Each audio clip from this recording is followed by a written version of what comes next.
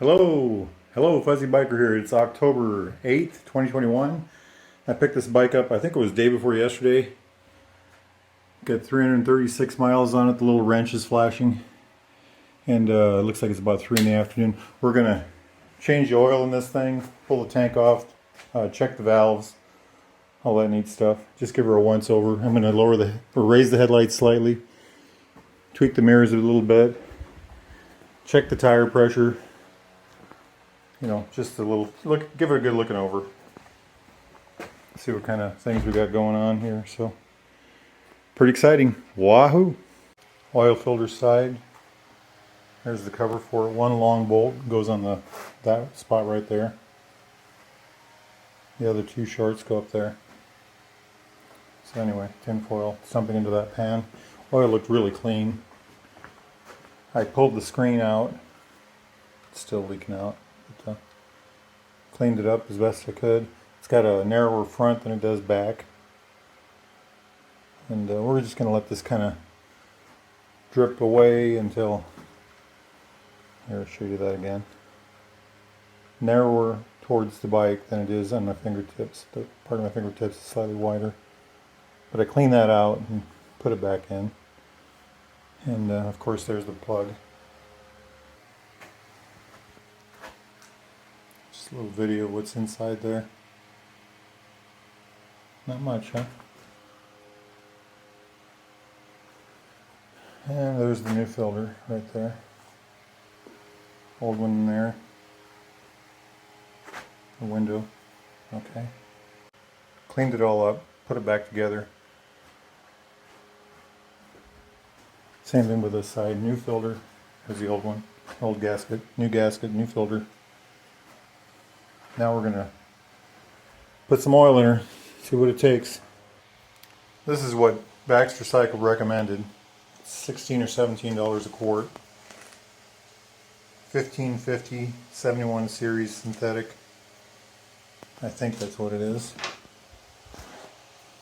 4-stroke motor oil, 100% synthetic. 1 liter.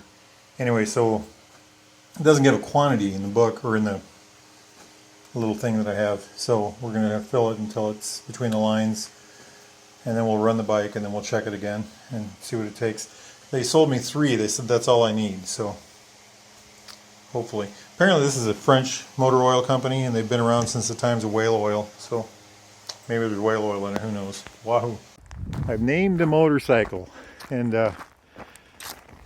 I think I'm going to call her La Rosa. La Rosa de la Vida, the Rose of Life. Hello, Fuzzy here. We are doing a little maintenance on the Himalayan. We changed the oil already and now we're adjusting out the valves. It's at the 300 mile check. A little bit over that, but anyway. Pretty easy. Tank came right off. Seats popped right off. No tools required for the seat, and just had to unhook hoses for the tank and then take off a couple bolts that were right here. So, right here. Anyway, went real well. So a little bit about maintenance on this bike. Compared to my Honda Shadow, there's a lot of maintenance on this, but compared to my Harley, there's no maintenance on this. It's got a chain that's going to need replaced every, I think it's at every 9 or 10,000 miles, and checked every 500. That's easy enough. The oil has to be changed. I think it said every 6,000. We're going to probably do that on the 5,000 mile mark. That's what I do with my Honda, and it's easy to remember that way. The air filter, we'll just check that periodically, especially if we're at a lot of dirt. You know, we'll go ahead and keep one on the shelf, so I always have one handy. You know, we'll check the tires and things like that. The tires, I'm really curious about how that's going to work. I'm guessing that I'll have to change these every 5 or 10,000, at least the back one. And I don't know about the front one, probably about the same. So, you know, who knows. Same with the brakes. I'm not sure how long to expect these brake pads to last, but we'll just keep an eye on them. The bike is, you know, that doesn't really sound like that much maintenance, does it? But there is. Compared to what I usually drive, there is. You know, there's a lot of things to inspect.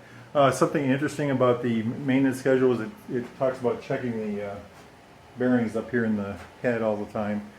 So we'll keep an eye on that and see what we find. it's pretty nifty so far, pretty easy going. The valve adjustments are, I think it said 6,000, so we'll do those at the 5,000. We'll check them every 5,000. Like I said, it's very easy to do, so not really a problem.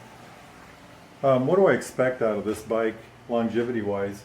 I don't know. You know, I'm using a 100% synthetic oil on it.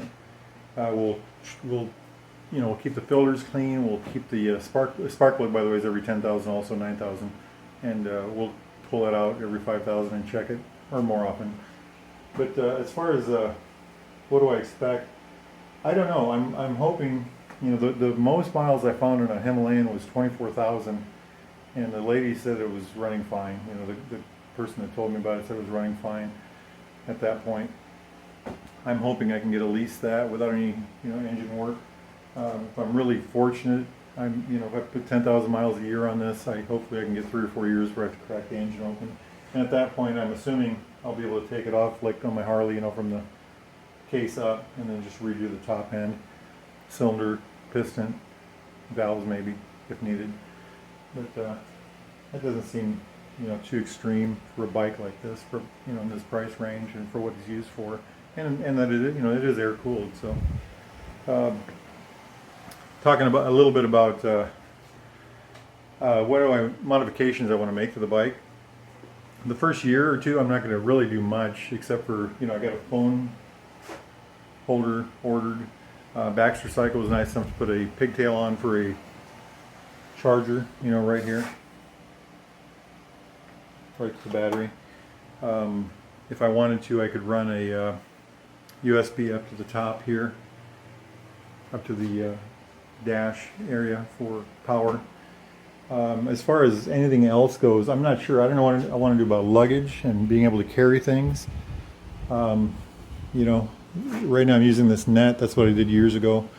It'll all depend on, you know, how far I want to go with the bike. You know, if I plan on going for more than one day, I'm going to need some system to carry stuff that's efficient and that will allow me to throw my old leg over the seat.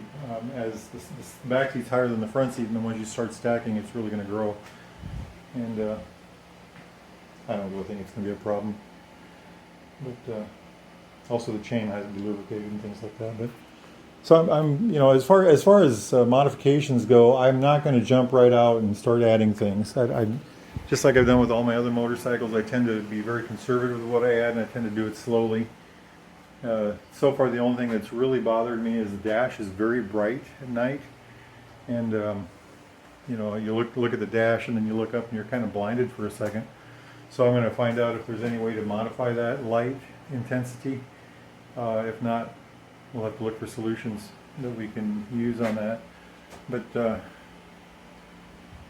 easy going, easy to work on so far, and that's why I purchased the bike, this particular bike, over the other options that I have, because I wanted something easy to get to, hopefully easy to work on. Only 2 valves, so, you know, wish me luck, right?